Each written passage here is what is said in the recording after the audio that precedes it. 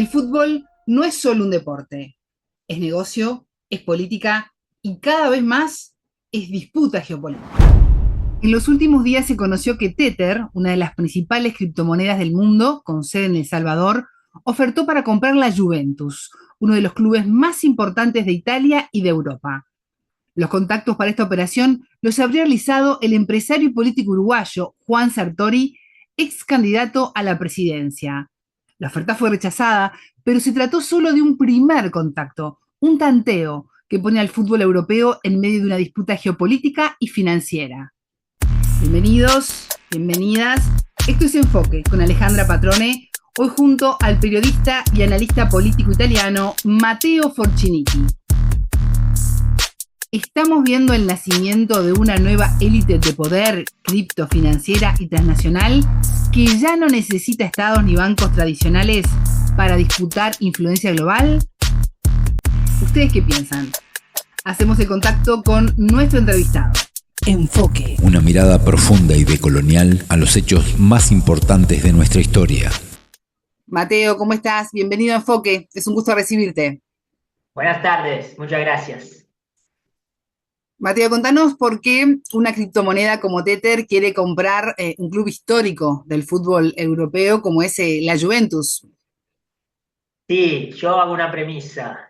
Soy hincha de la Juventus, entonces toda mi subjetividad se ve Claro, fuertemente comprometida, hay pero en corazón realidad allí. trataremos siempre de ser objetivos. Bueno, sí, es una oportunidad histórica, es un paso histórico. Nunca en la historia una criptomoneda se alcanzó una oferta tan así importante, y ni menos para un club histórico del fútbol mundial como la Juventus. O sea, acá está en juego un cambio importante, tanto de criptomoneda como también de una especie de soft power, utilizar el fútbol para legitimizar negocios de criptomonedas y todo ese mundo. Es un campo muy vasto, hay mucho para hablar. Mencionabas algo muy importante, ¿no? Cómo de alguna manera este interés de las criptomonedas en comprar un club como la Juventus legitima de alguna manera esa criptomoneda. Hablaste además del poder blando del fútbol, pero ¿qué significa controlar un club con una identidad tan popular, histórica y política como la Juventus? Sí, agrego una cosa que no dije antes. Hasta ahora las criptomonedas lo único que hicieron fue una fuerte campaña de publicidad, patrocinadores, pero por eso, o sea, la entrada en un club y en un club tan importante como la Juventus es algo inédito. Solo para repasar las etapas principales, tenemos que decir que a inicio de año, cerca de febrero, la criptomoneda compra un capital, una cuota de la Juventus, una cuota minoritaria, menos del 10%, que ya eso fue un cambio, o sea, algo muy importante, algo que dejó a mucha gente impresionada, cómo vino y por qué una criptomoneda entra en el fútbol y entra en un club tan importante como la Juventus. Y bueno, o sea, podríamos tener varios puntos de análisis, pero sin lugar a duda, estamos frente a un intento de legitimización de la criptomoneda, de su actividad económica, y el fútbol sería en realidad algo para un proyecto global mucho más grande, y sobre todo con intereses en negocios personales. Es verdad que todos los grupos empresariales pueden utilizar el fútbol para legitimizarse, pero en realidad en el caso de la criptomoneda parece que es aún más fuerte porque es un cambio de paradigma que tiene que ver también con lo geopolítico, con lo económico. Creo que hay mucho para hablar. Sí, realmente, Mateo. Tether tiene sede en El Salvador, así que nos venimos con los lazos a América Latina, país convertido en un laboratorio de cripto. ¿Qué Exacto. rol está jugando en todo esto el Estado salvadoreño? en esta posible expansión? Eh, no, hablamos de una multinacional, ¿Mm? entonces claramente como pasa en todos los ámbitos de las multinacionales, no hay estado que tenga, no hay país o control estatal. La particularidad de Tether que es la stablecoin grande del mundo, porque es ligada al dólar de Estados Unidos. Esta es la fuerza de esta criptomoneda y en realidad es un grupo muy grande que tiene inversiones en muchísimos campos, desde el agronegocio, ahora se quieren meter en el fútbol, pero tienen un montón de inversiones y en realidad, o sea, el tema de la sede física en El Salvador es simplemente algo en los papeles, pero después en la práctica como vemos día a día en la actividad, se mueven por todo el mundo, andan por todos lados, hoy están en Italia, mañana podrían estar en otro lugar, así que eso no le da tanta importancia. Quizás lo que sí podríamos resaltar es la cercanía con la administración Trump. El gobierno de Estados Unidos de Donald Trump hizo una legislación favorable un poco a la criptomoneda en la apertura de los tasas cambiarios con los stablecoins, o sea, hay un vínculo muy cercano a la administración de Trump. Eso así se comenta en el mundo financiero.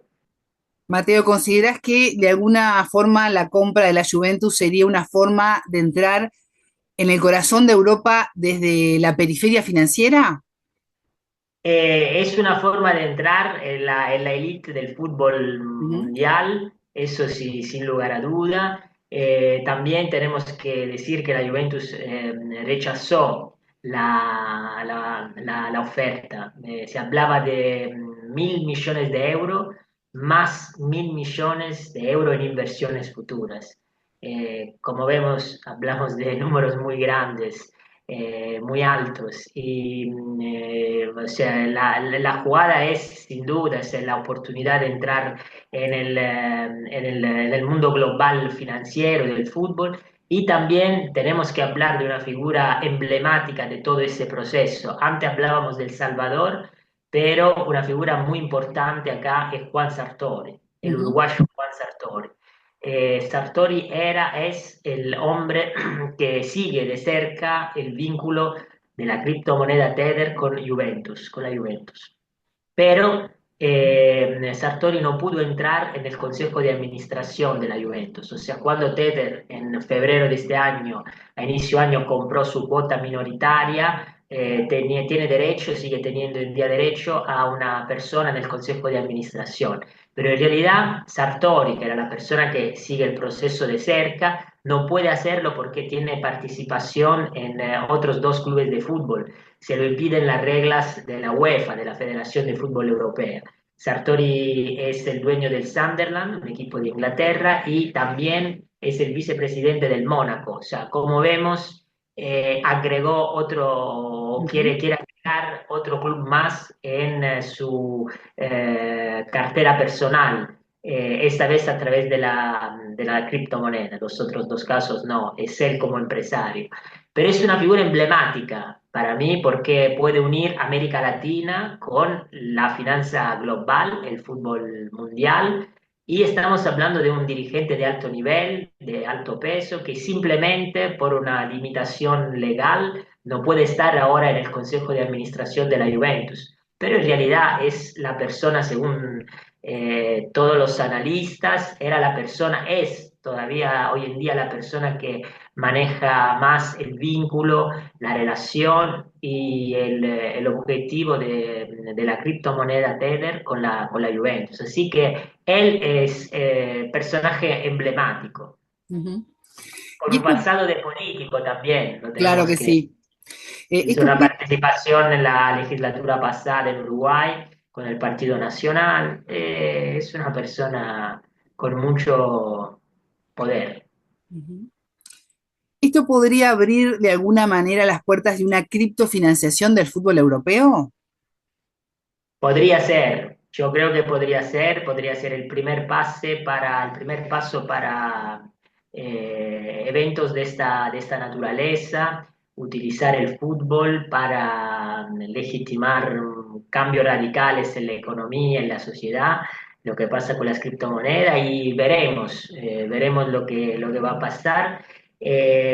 Como decía antes, o sea, la Juventus rechazó esta oferta, Ujú. cerró las puertas, lo hizo con gran elegancia.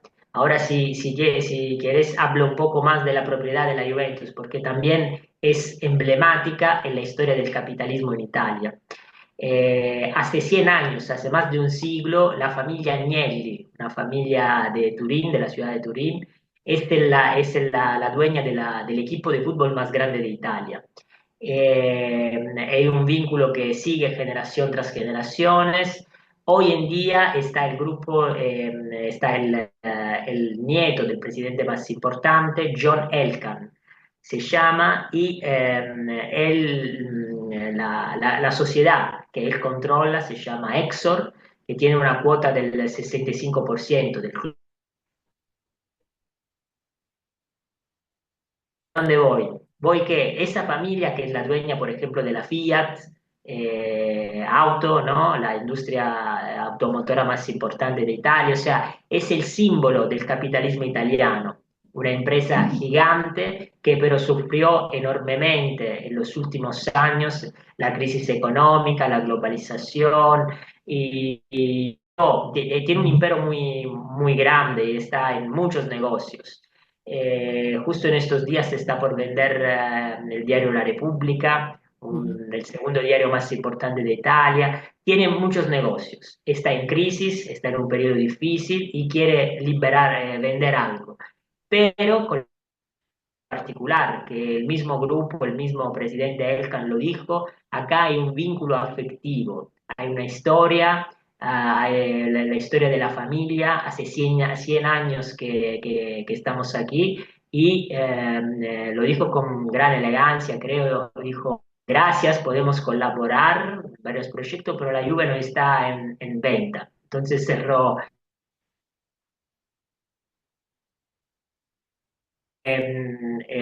Quizás no es definitiva ese cierre.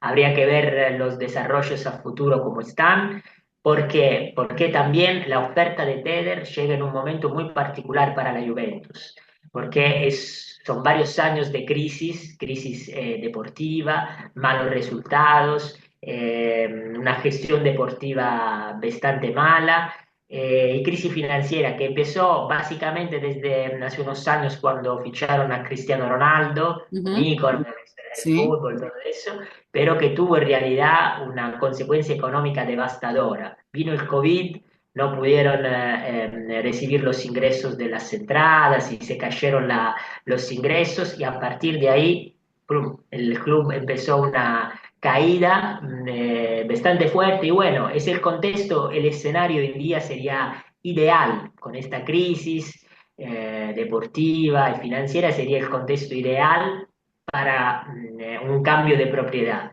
Pero la familia dijo que no, la familia se apeló a la emotividad, a la historia, a lo emocional. Y también otra característica es que la Juventus sigue siendo la última familia con un vínculo histórico con un club de fútbol italiano, un club de fútbol de un cierto nivel alto. ¿Eso por qué? Porque en los últimos años, por ejemplo, Inter, Milan, Fiorentina, Roma, los equipos más grandes, todos comprados por multinacionales estadounidenses, chinos y de varias partes del mundo que vinieron y Sí. entraron en el fútbol italiano, pero que en realidad tienen otros intereses. Y acá hay un tema interesante, o sea, la familia Agnelli sigue diciendo que hay la historia, hay una tradición, que un vínculo, ¿no? emocional que se tiene que respetar. Vaya uno a saber si esta será la respuesta definitiva o no, pero por ahora el romanticismo triunfa, pero sinceramente no lo podremos saber porque acá es todo negocio, el momento es difícil, complicado y creo que la puerta no está 100% cerrada. Teniendo en cuenta esa puerta entreabierta que queda. ¿Es Sí. posible que de alguna manera el fútbol con el correr del tiempo pueda convertirse en el próximo gran territorio de disputa global? Podría ser, sí. Creo a nivel económico, financiero, social, la popularidad del fútbol es tan grande que es una manera de promoción que no te ofrece ninguna otra plataforma. Estamos hablando de compañías globales muy grandes que, como decíamos antes, puede estar en Ujú. El Salvador, pero al mismo tiempo puede estar en China y en Italia, y todo suma para los negocios de la visión global, una visión estratégica global, y entonces sí, puede ser una manera de entrar y de ahí ver un poco el panorama. ¿Y Europa tiene herramientas reales para poder controlar este tipo de inversiones? Es una buena pregunta, una buena pregunta. En realidad, o sea, son acá empresas económicas privadas que, como pasó con el Inter, el Milan, vinieron los grupos internacionales, hicieron lo que querían, a veces bien, a veces mal.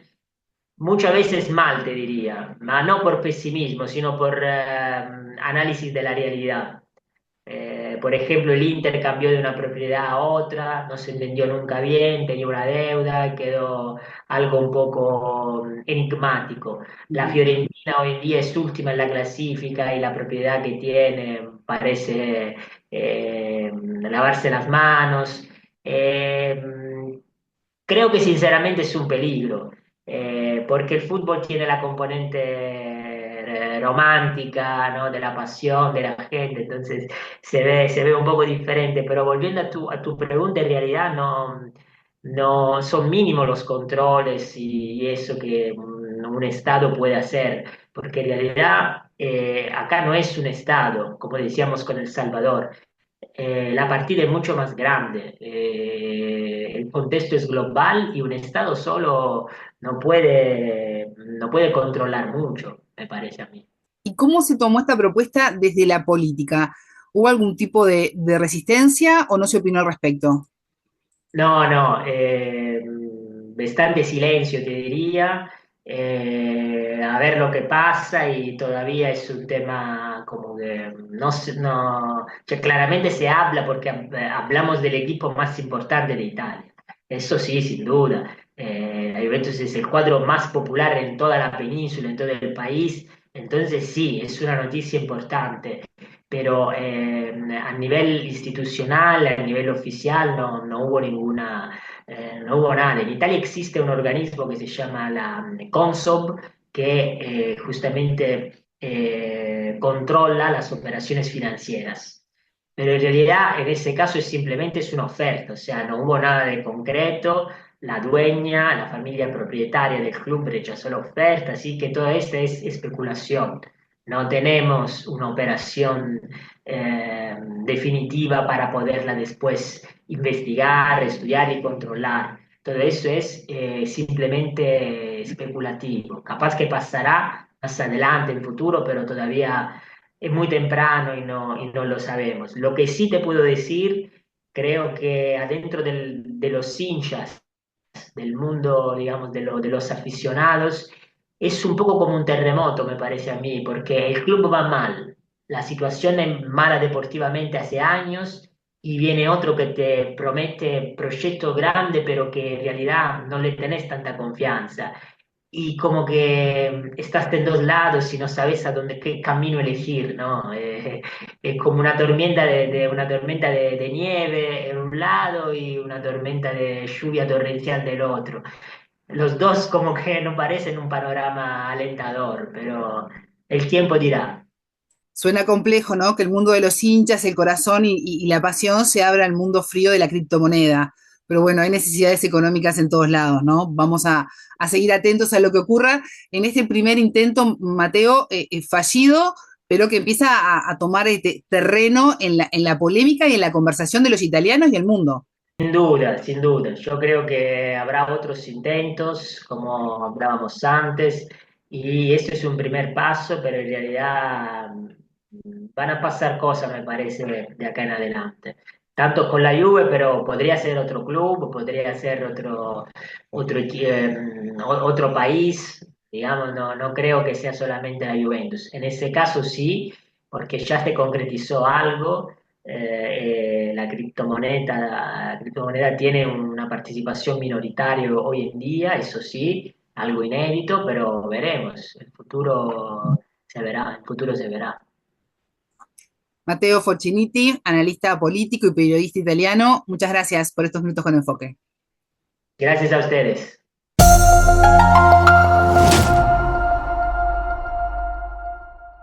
Es momento de despedirme. Quiero consultarlos antes sobre por qué creen ustedes que una criptomoneda se interesa en un equipo como la Juventus. ¿Qué hay detrás? ¿Existe la disputa geopolítica en el fútbol? Suscríbanse a Enfoque y dejen sus comentarios que los leo. Tengan todos ustedes una excelente jornada. Buena vida para todos. Enfoque. Geopolítica, investigación, relaciones internacionales. Enfoque. Una mirada profunda y decolonial a los hechos más importantes de nuestra historia.